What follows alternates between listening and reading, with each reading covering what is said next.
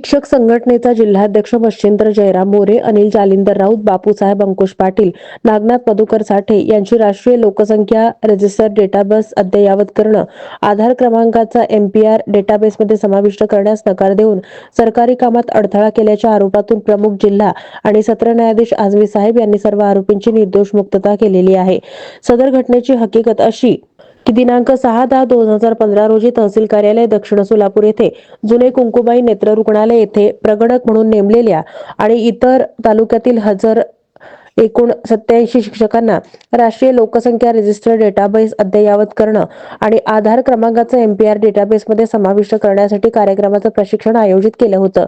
परंतु नमूद आरोपींनी सदर कामावर बहिष्कार घातला. सदरच्या दिवशी इतर सर्व हजर असलेल्या शिक्षकांना प्रशिक्षण त्यामुळे घेता आलं नाही. तसेच प्रशिक्षणास आवश्यक असणारं साहित्य घेण्यास नकार दिल्यामुळे प्रशिक्षण देता आलं नाही.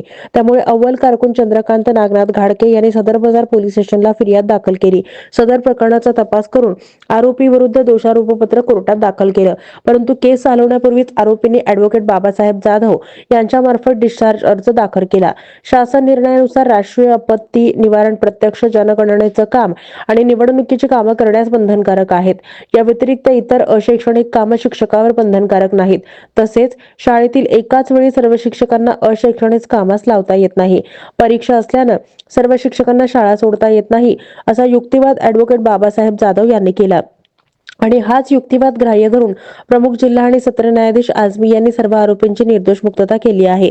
सदर खटल्यात आरोपीतर्फे advocate Babasaheb Jadhav, advocate Sneha Nagtilak, advocate Gayatri Joshi तर सरकारतर्फे ॲडव्होकेट आनंद कुर्दुकर यांनी काम पाहिलं.